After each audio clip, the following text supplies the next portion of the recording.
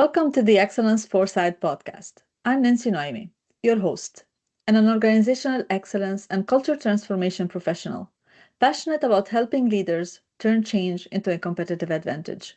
Each episode, we dive into what it takes to build high performing, sustainable organizations. And today, we're tackling a big topic: implementation science in action, making change practical for leaders. Did you know that 70% of change initiatives fail, not because of poor strategy, but because execution breaks down and resistance takes over?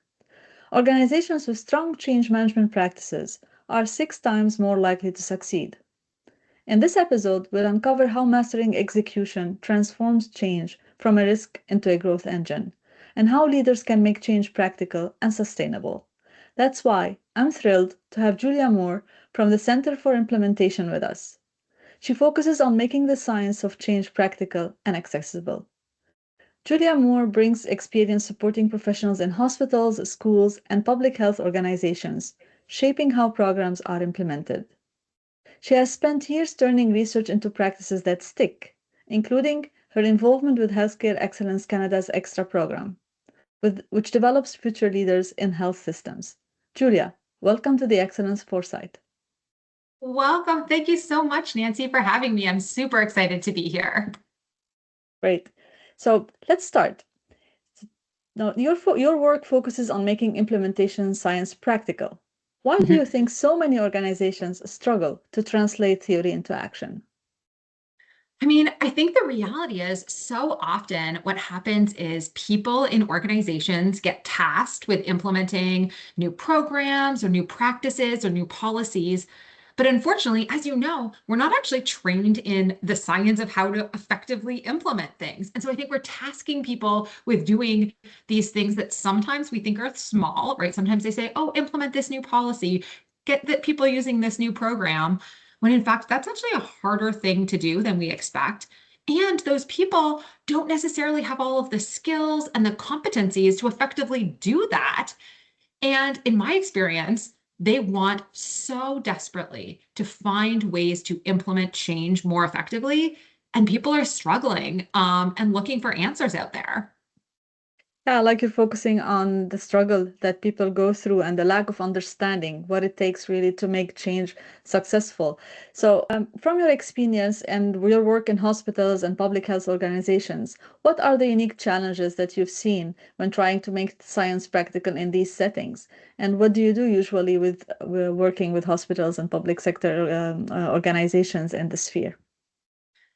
I think the first thing is that there are lots of people, right, out there who have these jobs to implement things, right? And they have lots of different job titles, right? Like quality improvement people, they may be program managers, change agents, like they have lots of different job titles, but they have the same role, the same function, right? Like they're trying to implement things.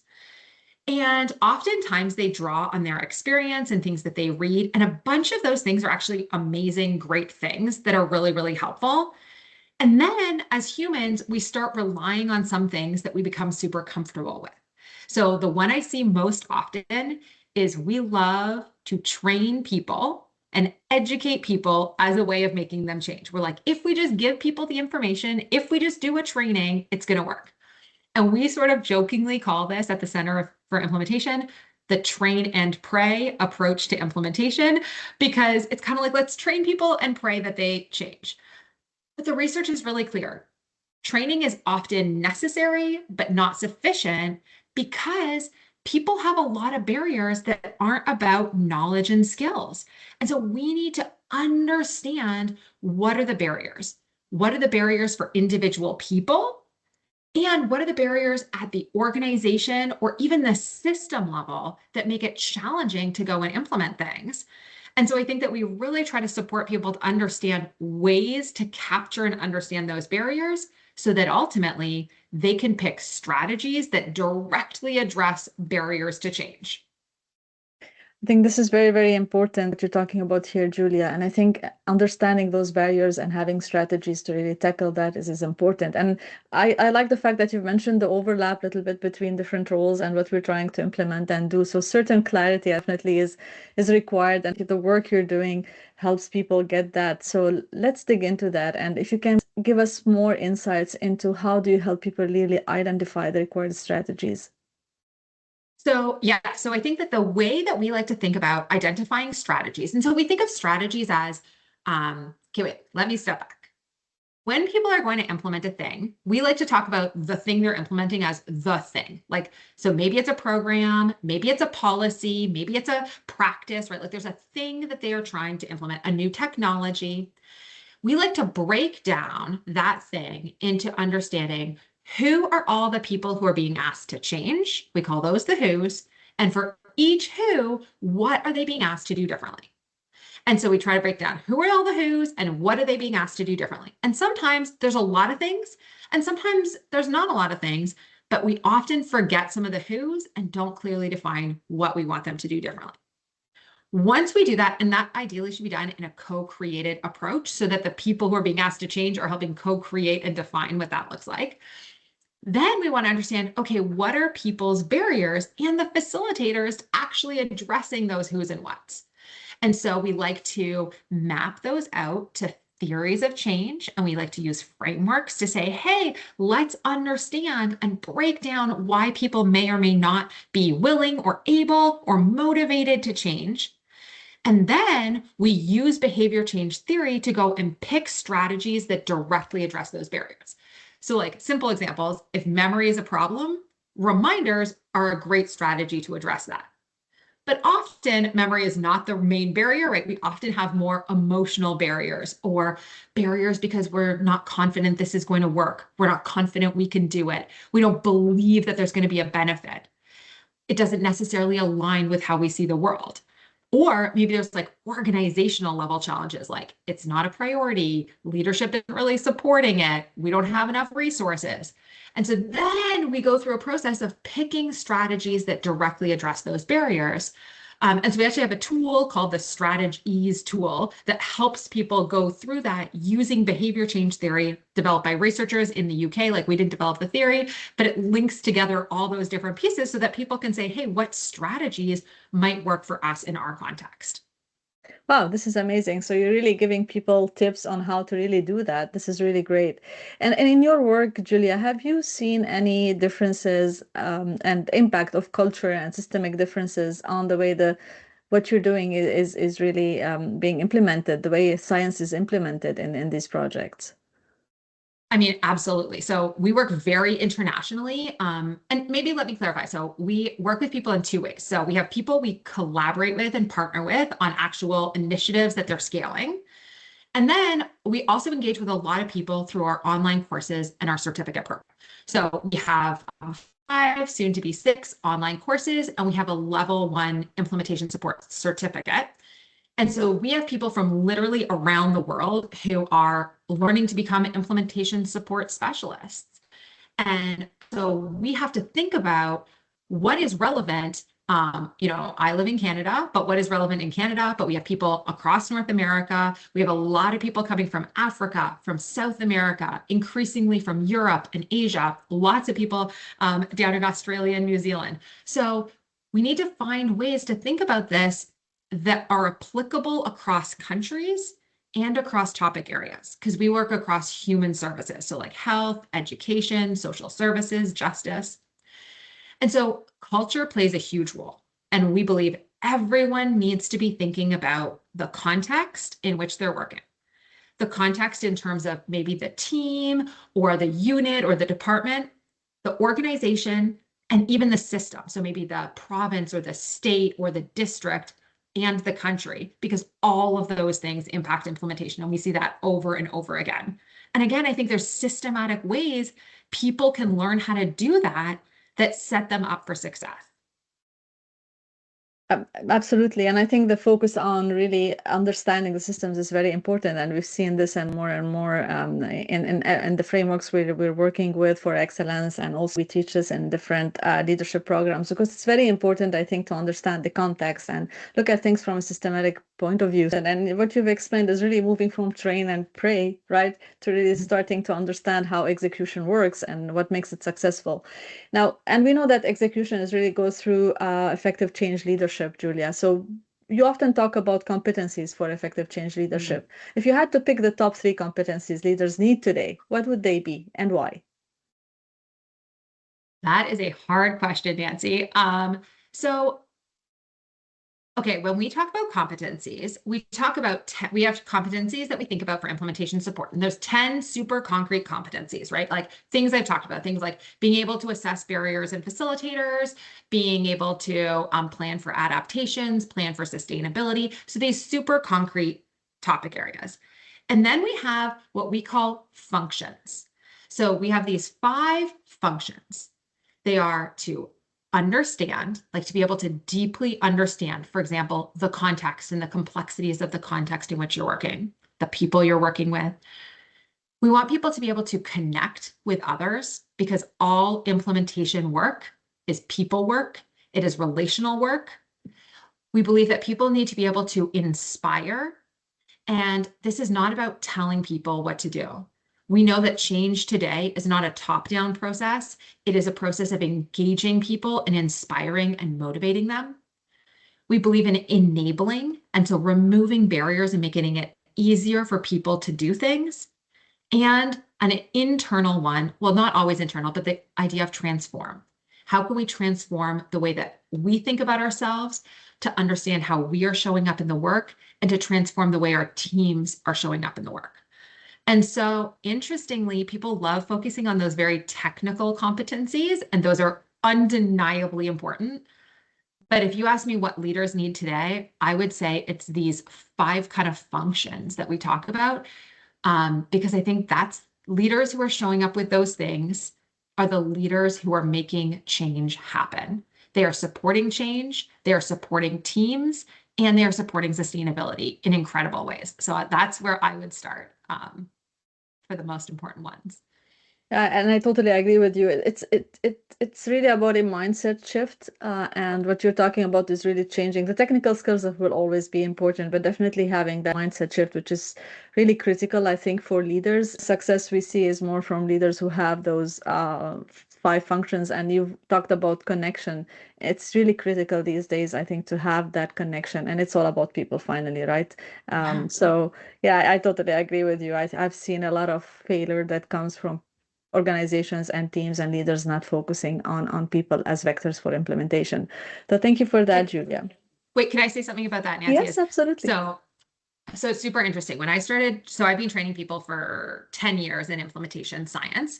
And I was very focused on those technical things for a very long time. And about 5 years ago, people started coming and saying, hey, that's great. You can teach me about theories and frameworks, and I can do all these different things. But at the end of the day, the problems that we are having are about building trust and navigating the power dynamics that are playing out in the middle of implementation. And for us, it was this huge light bulb moment of, we can build courses and we can support people in building these technical competencies, and we will continue to do that forever. But also we shifted and started saying, hey, what is the science behind how to build trust? What is the science behind how to navigate power dynamics? We ended up digging deep into this, building courses around it. We did workshops around it. And one of the takeaways I have is, I cannot believe that this is not something we teach every single person in undergraduate, because no human is working alone. Like, we have to interact with other people. And I have 2 kids. I dream that by the time they're in university, that we will be teaching them how to build trust and navigate power dynamics, because that's the central to all work that we do. And it's kind of baffling to me that's not kind of core to what we're teaching people to do as they get into the workforce. Yeah, we have some work to do in that sphere. And in every workshop I've been delivering, I always put that element of focusing on people, change management, and talking about culture. And I see the reaction of people. Technical is great, but these are the things that they are eager to learn, eager to know more about and be able to practice somehow. So Julia, if one competency leaders often underestimate but is critical for success from all what you spoke about, can you just list one? Or which one, the one you believe it's really the most critical? I mean, this is my bias. So I think that inspiring people is one of the most critical. I think that the number of times that people come to me and say, I can't make change happen because we don't have authority, right? Everyone wants to make change, not everyone. A lot of people want to make change through authority.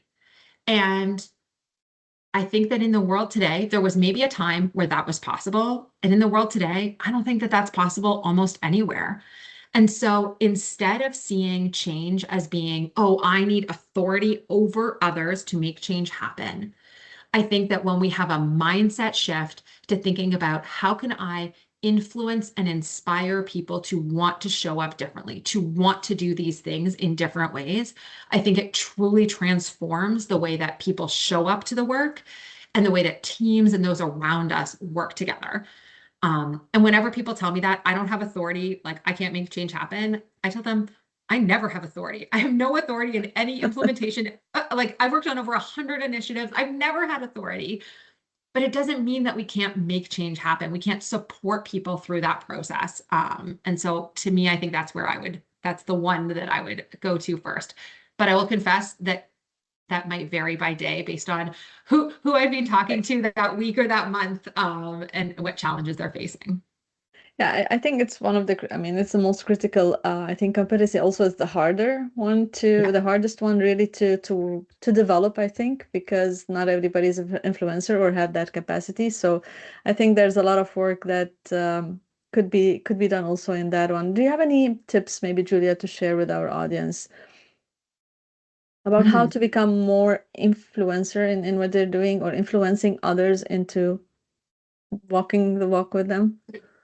So I think that so a few different tips and ideas that come to mind. So one of them is oddly being able to influence and inspire. I like to think about it as inspire more than influence, but being able to inspire others often comes first in working on the self. I think that we're better able to inspire others when we understand how we're showing up, when we understand what biases we're bringing to the table, when we understand what is triggering us in different moments. Change is emotional. The experience or the possibility of loss is so big for people when we talk about change that people are getting triggered. And then if you're trying to inspire others, it's easy to get triggered when they're getting triggered. So I think that there's a lot of self work that has to happen first. And then I think in terms of like concrete, like action packed strategies, I think one of my favorite things to focus on for people is the power of storytelling. So we know a lot of people, I work with a lot of people who believe so deeply in the programs and policies that they want to implement that they want to focus on data and evidence to tell the story of why that we need to do this new thing. And the reality is humans are often not influenced by data that much. They are much more influenced by the power of storytelling. And so we spend a lot of time working with people to help them understand like, what is the story? What is the underlying why? What is the vision of what you want to achieve? And how can you get people to be emotionally connected to the vision rather than focusing on the data?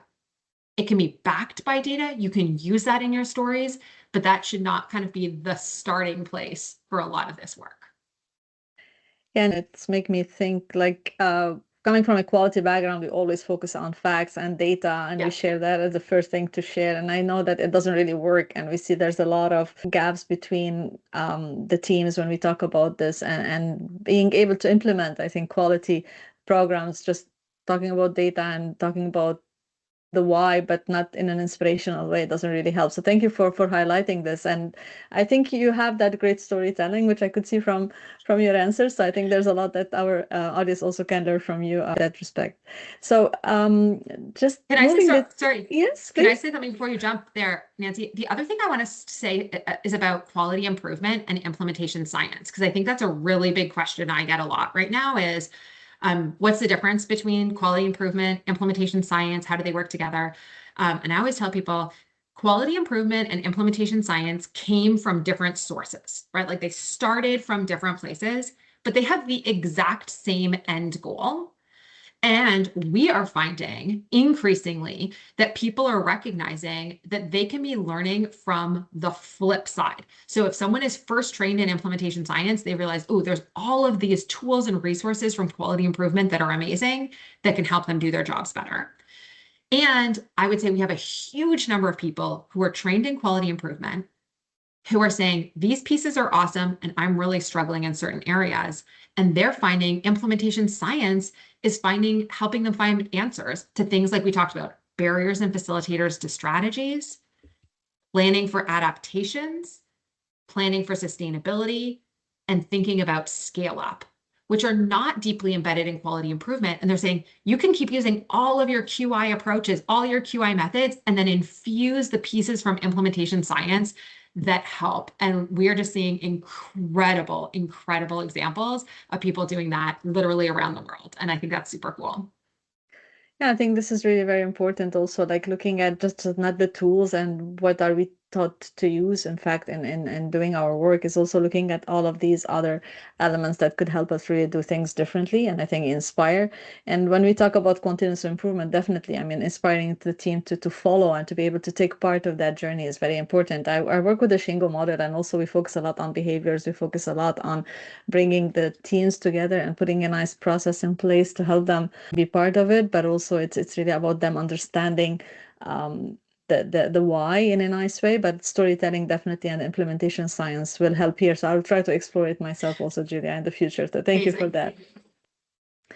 Now, just Julia, if we move a little bit to the tool that you have. So we know that many leaders feel overwhelmed by frameworks and jargon. And I personally believe sometimes we're bringing too many things together for people to use, and it's hard to choose from those ones. Yeah. And I think I want to go back to your comment earlier. You mentioned a little bit that, I mean, people can use these two, like the implementation science and continuous improvement tools and stuff. It also goes back to a certain self-awareness of the leaders.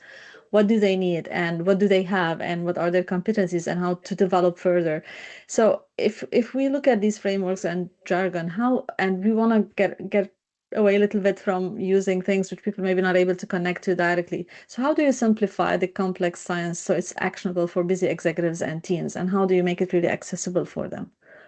Yeah. So I would say, I mean, that's what I spend the majority of my time doing is thinking about how can we make these pretty complicated and sometimes very complex concepts really, really practical. And so interestingly, tool development is one of the ways to do that. I will admit that I never wanted to be a tool developer, and now I am full on a tool developer. We spend a lot of time developing tools in-house for the Center for Implementation, and having those available. All of our tools are free so that anyone can use them. And then I spend a lot of time actually helping teams develop implementation tools for their work.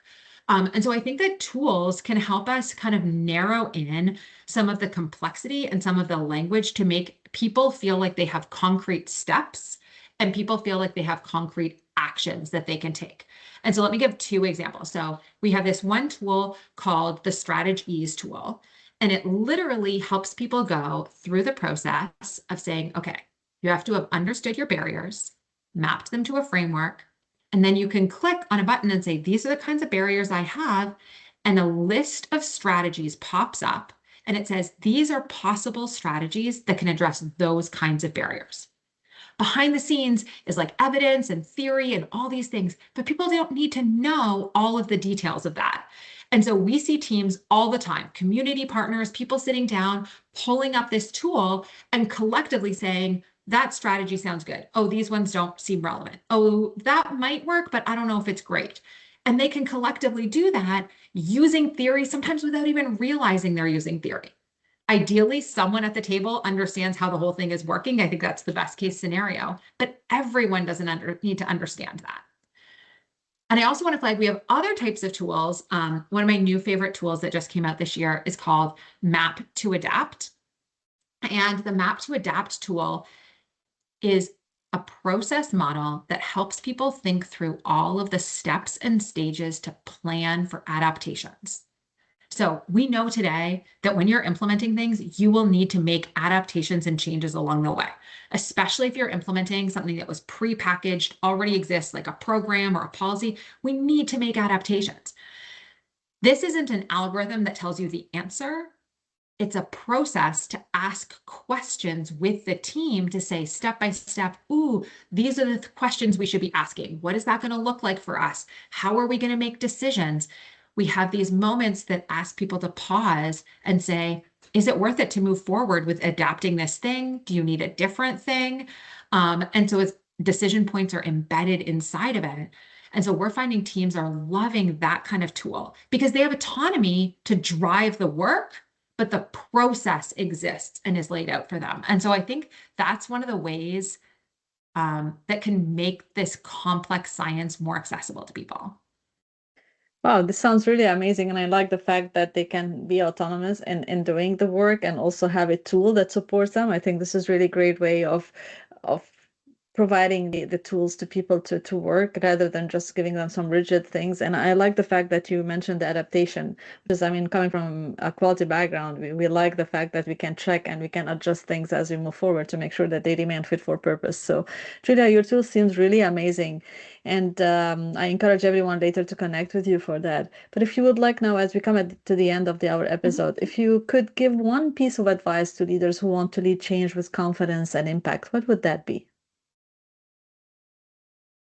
Okay, wait, I'm gonna struggle because I have two pieces. So one You is can I have think two. that there's That's fine.